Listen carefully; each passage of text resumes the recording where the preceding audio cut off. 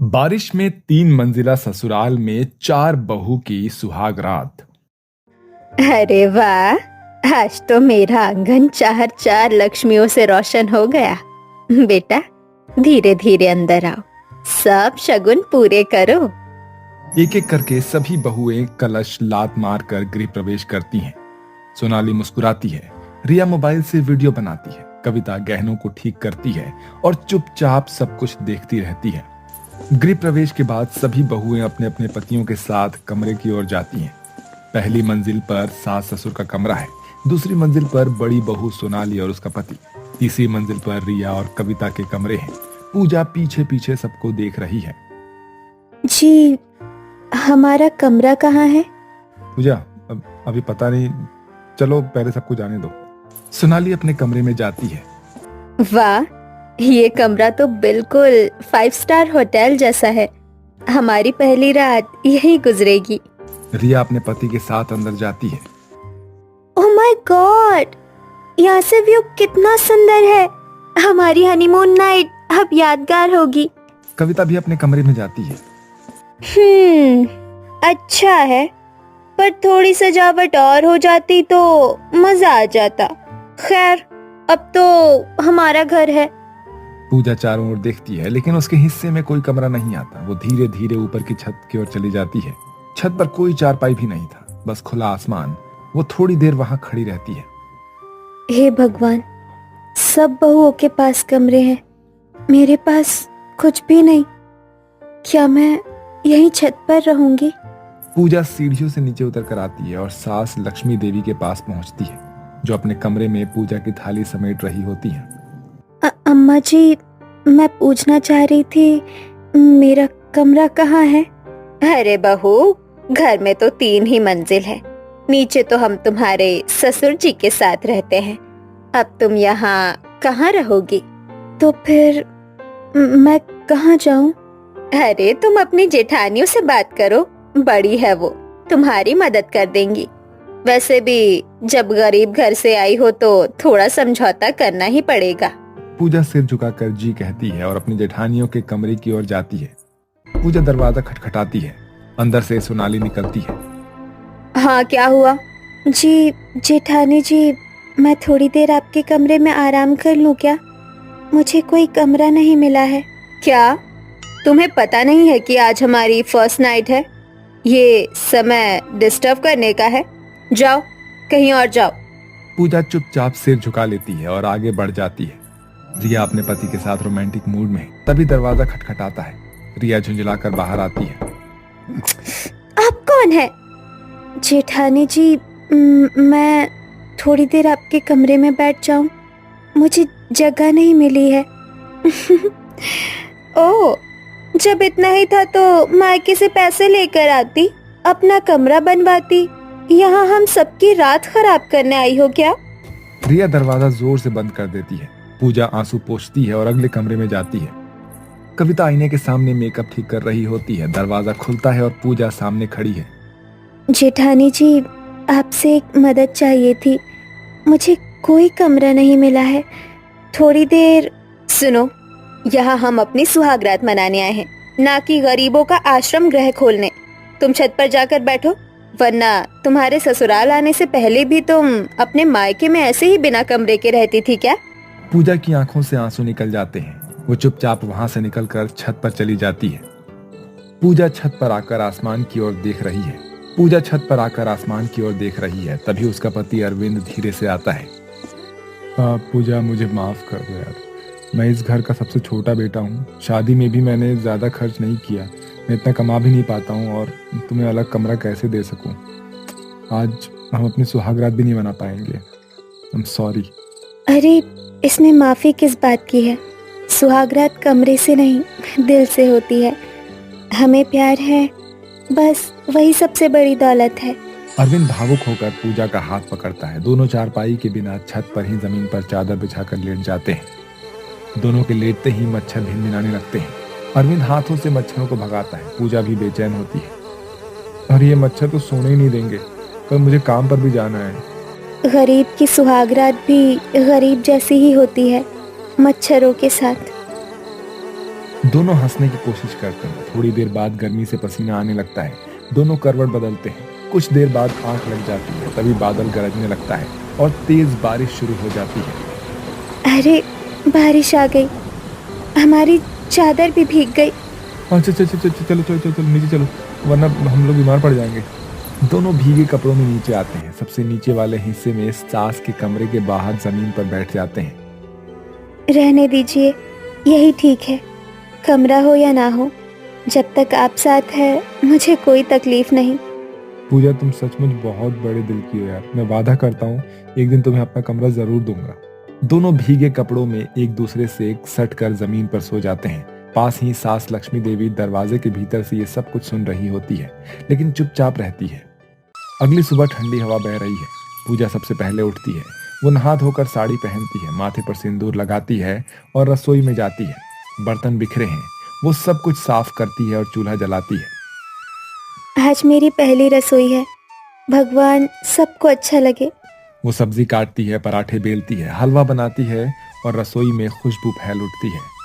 अरे, आज तो बहुत ही बढ़िया खुशबू आ रही है। लगता है किसी ने पहली बार दिल से रसोई में बनाए हैं खाना। हाँ, हमारी सबसे छोटी बहू पूजा है। देखना सबको कितनी मेहनत से खिलाएगी। हाँ, कल रात तो बड़ी मस्ती हुई थी, अब नींद पूरी करनी है। हाँ, उठने का मन ही नहीं है। वैसे भी छोटी बहू है ना, वो सब काम कर ही रही होगी। बिल्कुल, गरीब लोग काम करने के लिए ही तो बने हैं। पूजा सारा नाश्ता सजा देती है। लक्ष्मी देवी और ससुर जी बैठते हैं। थोड़ी देर बाद तीनों जेठानियां आलस में अंगड़ाई लेते हुए आती हैं। अरे वाह पूजा, पहली रसोई तो बड़ी उम्दा बनाई है। हाँ, पराठा बहुत स्वादिष्ट है और हलवा भी लाजवाब है। ठीक है, पर थोड़ा और घी होता तो मजा आता। ओह, हलवे में बादाम काजू कहाँ है? हमारे मायके में तो पहले रसोई में ड्राई फ्रूट्स पड़ते हैं। गरीब बहू से और क्या उम्मीद करनी है। बस भूख मिटाने लायक बना दिया। पूजा चुप रहती है। जेठानी जी, मैं रात भर ठीक से सो नहीं पाई। अगर आप चाहे तो थोड़ी देर अपने कमरे में आराम करने दें। तीनों जेठानियां हंस पड़ती हैं। अरे वाह, हमारी पहली रात थी, हम खुद थके हैं और तुम आराम करने आओगी? हाँ, हमें नींद पूरी करनी है। जगह कहाँ से देंगे तुम्हें? ये अमीरों का घर है, यहाँ हर किसी को उसकी औकात मिलती है। छत पर जाकर आराम करो। पूजा की आंखों में आंसू आ जाते हैं। वो धीरे से रसोई में लौट जाती है। पूजा बर्तन धोती है, झाड़ू पोंछा करती है, पसीने से तरबतर हो जाती है। सबके लिए काम करूं, लेकिन मेरे लिए घर में एक कोना भी नहीं। थकी हुई पूजा छत पर जाती है, जहाँ धूप बहुत तेज है। यहाँ तो धूप ही धूप है, कुछ करना पड़ेगा। वो पुरानी चादर और बांस से टेंट बनाती है। थोड़ी छांव भी हो जाती है, जिसके बाद वो वहीं बैठ जाती है। चलो, अब थोड़ी राहत मिली। कुछ देर बाद मौसम बदलता है। अचानक बादल गरजते हैं, तेज बारिश शुरू हो जाती है। टेंट उड़ जाता है, पूजा भीग जाती है। हे भगवान, मेरी हिम्मत बनाए रखना। वो भीग कर नीचे आ जाती है और फिर से काम में लग जाती है। सास लक्ष्मी देवी दरवाजे से उसे देखती रहती है। इसी तरह से दिन बीतते हैं। तीनों जेठानियां बस ऐश करती हैं, टीवी देखना, मेकअप करना, मोबाइल चलाना। पूजा सारा काम अकेले ही करती है। सास सब कुछ देखती है पर चुप रहती है। देखो, हमारे घर में मुफ्त की नौकरानी आ गई। हाँ, गरीब बहू और किस लिए आई थी? बस यही काम करने के लिए। पूजा चुपचाप सुनती है और काम करती रहती है। इसी तरह कुछ महीने बीत जाते हैं। एक दिन पूजा बाजार से आती है। आइए आइए, अपनी किस्मत आजमाइए। मात्र 50 रुपए में 2 BHK का फ्लैट जीतिए। 50 रुपए में 2 BHK का फ्लैट? क्या मुझे 50 रुपए खर्च करने चाहिए इस लॉटरी पर? वैसे भी मैं अपनी जेठानियों के ताने सुन सुनकर परेशान हो गई हूँ। 50 रुपए खर्च कर देती हूँ। भगवान ने चाहा तो क्या पता कुछ न कुछ सही से कुछ हो जाए। जिसके बाद पूजा एक लॉटरी का टिकट लेती है और अपने ससुराल आ जाती है। अरे वाह, गरीब बहू लॉटरी खरीदेगी। सपने देखो, सपने। अगर किस्मत इतनी अच्छी होती तो गरीब घर में पैदा ही क्यों होती। हाँ, अब तो यही बाकी रह गया था कि लॉटरी से अमीर बन जाए। पूजा चुपचाप टिकट को अपनी किताब में रख देती है। कुछ दिन बाद अधिकारी घर आता है। सब चौंक जाते हैं। बधाई हो, इस टिकट पर 2 BHK फ्लैट निकला है, ये रही चाबी। पूजा चौंक जाती है। बाकी सभी बहुएं हैरान होती हैं। ये कैसे हो गया? सच में किस्मत भी अजीब होती है। हमने तो सोचा था ये हमेशा गरीब ही रहेगी। पूजा मुस्कुराकर सास के पैरों में गिरती है। अम्मा जी, ये घर आपका भी है, आप मेरे साथ चलेंगी? सास भावुक हो जाती है। हाँ बहू, क्यों नहीं। मैंने देखा है कि तूने इस घर में कैसे कैसे दिन देखे हैं। अगर मैं यहाँ रही तो पता ही नहीं ये तीनों मेरा क्या हाल करेंगी। जिसके बाद सास पूजा के साथ नए फ्लैट में रहने चली जाती है। कुछ महीने बाद अमीर जेठानियों के पति शेयर मार्केट में पैसे कमा देते हैं। घर बिक जाता है। वो सड़क पर आ जाते हैं। हमारे पास तो रहने को घर भी नहीं बचा। सब खत्म हो गया दीदी, सब खत्म हो गया। अब कहाँ जाए? तीनों जेठानियां और उनके पति पूजा के फ्लैट पर आ जाते हैं। दरवाजा खटखटाते हैं। पूजा दरवाजा खोलती है। देवरानी जी, हमें माफ कर दो, हमने तुम्हें बहुत ताने दिए हैं। हमें अपने घर में जगह दे दो बस। हमसे गलती हुई, हमें माफ कर दो। पूजा सबकी ओर देखती है, फिर सास की ओर। सास चुपचाप रहती है। घर तो वही होता है जहाँ सब मिलजुल कर रहे। मैं गरीब थी, तुम अमीर थी, लेकिन अब हम सब बराबर हैं। पूजा सबको अंदर बुलाती है। तीनों जेठानियां गले लगकर रोने लगती है। सब मिलजुल कर साथ रहने लगते हैं। सब एक साथ डाइनिंग टेबल पर बैठकर खाना खाते हैं। हंसी खुशी का माहौल है। बाहर हल्की बारिश है। देखा, जब सब साथ छोड़ देते हैं तो घर जन्नत बन जाता है। भगवान, अब हमें हमेशा मिलजुल कर रखना। गांव के प्रतिष्ठित और मान सम्मान वाले व्यक्ति हरिशंकर प्रसाद की हवेली में आज खास हलचल थी। ड्राइंग रूम में चाय की प्यालियां चल रही थी और बातों की चाशनी में शादी की मिठास घुल रही थी। उनकी सबसे छोटी बेटी स्नेहा की शादी तय हो चुकी थी। अब जल्दी से सगाई की तारीख निकाल लो। बिटिया के भाग्य का दरवाजा खुला है, अब देर नहीं करनी चाहिए। हाँ हाँ, और शहर वाले बिटिया को भी बुला लेते हैं। अब उसकी राय भी जरूरी हो गई है। आखिर बड़ा बेटा है, जिम्मेदारी निभानी चाहिए। छोटा बेटा दीपक, जो गांव में ही खेती बाड़ी संभालता था, बीच में बोलता है, भैया को बुला तो लीजिए, पर वो आएंगे अपने पूरे टशन में। और भाभी, अरे भैया वो तो पूरा गांव सर पे उठा लेंगी। जो भी हो, आखिर बहू है हमारी। घमंड तो शहर की हवा में खुद ब खुद चढ़ जाता है। अगले दिन बड़े बेटे अभिषेक की सफेद SUV हवेली के बाहर रुकती है। गाड़ी से उतरते ही उसकी पत्नी तान्या, जो कि एक बड़ी बिजनेसमैन फैमिली से थी, मोबाइल पर इंग्लिश में किसी से बहस कर रही थी। I told you, I don't want red orchids, only white. This is not some desi function, okay? गांव की मिट्टी में पली बड़ी बहू गीता, यानी छोटे बेटे दीपक की पत्नी, दरवाजे पर खड़ी उन्हें देख रही थी। उसके चेहरे पर हल्की मुस्कान थी, पर आंखों में झलकती थी समझदारी। OMG, ये कौन सी सदी का घर है? मिट्टी की गंध आ रही है या गाय के गोबर की? बहन जी, गांव की हवा में गोबर की भी खुशबू होती है और अपनापन भी। I need sanitiser. तान्या, थोड़ा एडजस्ट कर लो ना, यही तो मेरा घर है। ठीक है, पर एक बात पक्की है, स्नेहा की शादी किसी ठेठ देहाती तरीके से नहीं हो सकती। मैं इसे डेस्टिनेशन वेडिंग बनाऊंगी। डेस्टी क्या क्या क्या? बिटिया की शादी किसी होटल में? होटल? नो नो नो, एक royal palace, beach side, lighting, pre wedding shoot, सब कुछ फर्स्ट क्लास। हमारी इमेज का सवाल है पापा जी। हमारे यहाँ तो शादी के दिन घर के आंगन में हवन होता है, बारात में खाट भी लगती है। अब ये सब कहाँ फिट होगा? माँ जी, खाट आप चाहे तो फोटोग्राफी के लिए लगवा लीजिए, विंटेज थीम में। जो भी हो, मैं तो चाहती हूँ कि हमारी ननंद रानी की शादी उसके लिए सबसे यादगार हो, चाहे गांव हो या शहर। भाभी, आप तो हमेशा मुझे समझती हैं। पापा, अगर आप कहें तो मैं सारा खर्च उठा लूंगा, बस आपको मंजूरी देनी है। पैसे से शादी की रौनक खरीदी जा सकती है, रिश्तों की मिठास नहीं।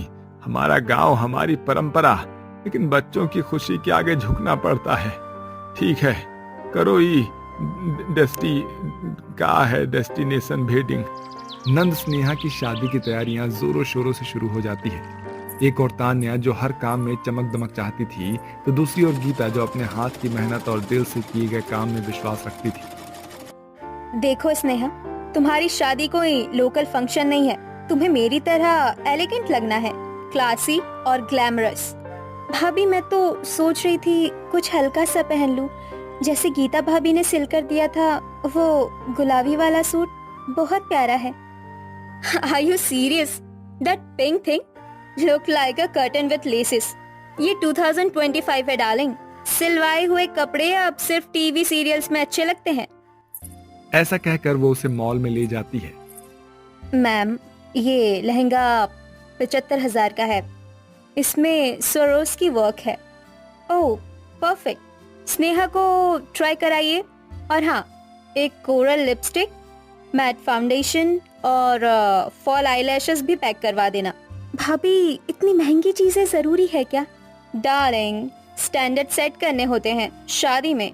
सब मुझे देखकर सोचे, वाह, ऐसी ननद मिली है समीर बहू को। जहां सारी बहू अपने तरीके से नंद स्नेहा को अपने पक्ष में करने लगी थी, तो वहीं दूसरी ओर गीता अपनी कला को धागे में पिरोने में लगी थी। वो कहते हैं ना कि जिसे खुद की चमक पर भरोसा होता है, वो कपड़ों की दमक नहीं ढूंढता। देखो स्नेहा, ये जो बॉटल ग्रीन रंग की सिल्क बची है, इसमें अगर ये गोटा लगा दूं, तो बहुत प्यारी ड्रेस बनेगी तुम्हारी हल्दी के लिए। भाभी, मुझे तो यही पहनना है। तान्या भाभी की महंगी ड्रेस मुझे बहुत भारी लगती है। पहनावे में वजन हो ना हो, पर घमंड का बोझ बड़ा भारी होता है। बिल्कुल, आजकल की बहुएं फैशन दिखाती है, भावना नहीं। हमारी गीता तो रिश्तों को सीती है हर टाके में। Listen, I want a floor length ruffle gown for the sangeet, colour mauve with silver shimmer, और हाँ, एक्सप्रेस डिलीवरी चाहिए। तुम शादी में खुद की शो लगाओगी या स्नेहा की? A girl has to shine. और वैसे भी सबकी नजरें तो भाभी पर ही होती है। ये देखो स्नेहा, मेरी शादी की चुन्नी रखी थी, इसे मैं तेरे लिए नया बना दूंगी, थोड़ी कढ़ाई और बस। भाभी, अब तो सच में मेरी माँ जैसी हो गई हो। माँ जैसी नहीं, माँ ही समझ। तुझे विदा होते देख पल्लू गीला हो जाएगा मेरा भी। अब स्नेहा के मन में दो दुनियाओं की टक्कर थी, एक चकाचौंध से भरी हुई, दूसरी ममता से सजी हुई। शादी की तारीख नजदीक आ रही थी और तैयारी पूरी रफ्तार में थी, लेकिन ये तय था कि असली टक्कर लहंगे की कीमत की नहीं, सोच की थी। अब देखा, इंस्टा पर पोस्ट करते ही सब कमेंट करेंगे, #royalnun, #फैशन क्वीन। फोटो से ज्यादा यादें चाहिए बिटिया, जो दिल में बसे, इंस्टा में नहीं। भाभी लोग, मैं क्या पहनूं? ऑब्वियस है, मेरा लहंगा डिजाइनर पीस, जो दिल से पहनोगी वही अच्छा लगेगा। शादी का माहौल बन चुका था। हरिशंकर प्रसाद का पूरा परिवार गोवा पहुंच चुका था, वही डेस्टिनेशन जो तान्या के सपनों में पल पल बसता था। उसके कमरों की व्यवस्था हो चुकी थी, फूलों की सजावट, लाइटिंग और संगीत, सब कुछ भव्य था। I want rose petals in the entry part, and yeah, DJ should start with Beyonce and end with Punjabi beats. This is not some local Jagran, okay? भाभी जी की शादी नहीं है, पर लग रहा है जैसे मिस यूनिवर्स का मंच सजा है। आजकल बहुएं सास से ज्यादा सपने देखती है और खर्चा भी उतना ही करती है। शादी से एक दिन पहले रात का समय था। गीता ने खुद के हाथों से बनाई अपनी ड्रेस एक बैग में रखकर अपने कमरे में टांगी थी। नीला रंग कढ़ाईदार, फूलों के पैच जैसी सजी। सब तारीफ उसी देसी बहू की करेंगे। हंसते हुए तो ऐसी दिखती है जैसे खुद सिंहासन पर बैठी रानी हो। उसने धीरे से गीता के कमरे की ओर नजर डाली। कमरे में कोई नहीं था। तान्या धीरे से कमरे में जाती है, ड्रेस निकालती है और कैंची से उसका घेर काट डालती है। अब देखती हूँ कैसे चमकती हो अपनी देसी मेहनत में। अगली सुबह जब गीता ने ये सब देखा तो उसकी उम्मीद ही टूट गई। हे भगवान, मेरी ड्रेस ये किसने काट दी? कौन है इतना नीच? शादी में भी ईर्ष्या? अब क्या पहनूंगी? ना स्नेहा की शादी में कुछ बन सकी, ना खुद की इज्जत। भाभी, आप मेरी शादी की आत्मा हो। बिना आपके प्यार के ये सब अधूरा है। कुछ नहीं हुआ। पर्दे हैं, फूल है, थोड़ी कल्पना है। अब सुई और धागे से इतिहास रचूंगी। फैशन की दुनिया में भी कभी कभी सुई और धागा ही असली डिजाइनर बन जाते हैं। जैसे सुबह होती है, सभी तैयार होकर समारोह स्थल की ओर जा रहे थे। समुंदर किनारे सुंदर मंडप, समुंदर की लहरों की गूंज और संगीत की मधुर धुन। अब आएगी मेरी ग्रैंड एंट्री। सभी की निगाहें मुझ पर होंगी। और तभी गीता आती है, सफेद और नीले पर्दों से बनी फ्लोई ड्रेस, गुलाब और मोगरे की फूलों से सजा हुआ हेयर बन और आंखों में आत्मविश्वास। जिसने रिश्तों को सींचा मेहनत की पानी से, उसे कोई आंधी उड़ा नहीं सकती। ये देखकर सभी दंग रह जाते हैं। तुमने लाखों खर्च किए हैं, लेकिन उससे ज्यादा ग्रेस इस देसी बहू में है। फूलों से बनी ड्रेस और इतनी गरिमा। गीता, तू तो रानी मालूम हो रही है। कौन डिजाइनर है इसका? वाओ, कितना यूनिक है ना। भाभी, अब मेरी शादी की सबसे सुंदर याद बन गई। दिल से बनी ड्रेस महंगे लहंगे से ज्यादा चमकती है। जब तान्या लोगों को गीता की तारीफ करते हुए देखती है तो तान्या को अपनी गलती का एहसास होता है और वो गीता के पास जाती है। माफ करना गीता, ड्रेस मैंने ही काटी थी। मैं नहीं चाहती थी कि तुम मुझसे सुंदर दिखो, लेकिन तुमने तो कमाल कर दिया। जो अपने दिल से रिश्ते निभाता है उसे कोई नीचा नहीं दिखा सकता। मैंने बहुत गलत किया। क्या तुम मुझे माफ कर सकोगी? भाभी, बहन की तरह रहे तो गलतियां भी रिश्तों को मजबूत बनाती है। आज मेरी स्नेहा ही नहीं, मेरे घर की बहुएं भी दुल्हन लग रही हैं। एक ने रोशनी से, दूसरे ने भावना से ये शादी सजा दी है। गरीबी और अमीरी से नहीं, नियत और मेहनत से घर रोशन होता है। अब समझ आया, सिर्फ पैसा ही सब कुछ नहीं होता। सादगी में जो प्यार है वो महंगे इत्र में नहीं है। चलो गीता, अब दोनों मिलकर अपनी नई ननन की विदाई की तैयारियां करते हैं, बहनों की तरह। दोनों देवरानी जेठानी नंद को एक भावुक विदाई देती हैं और अंत में एक दूसरे के गले लग जाती हैं। सभी शिकवे शिकायतें भुलाकर एक नई शुरुआत करती हैं।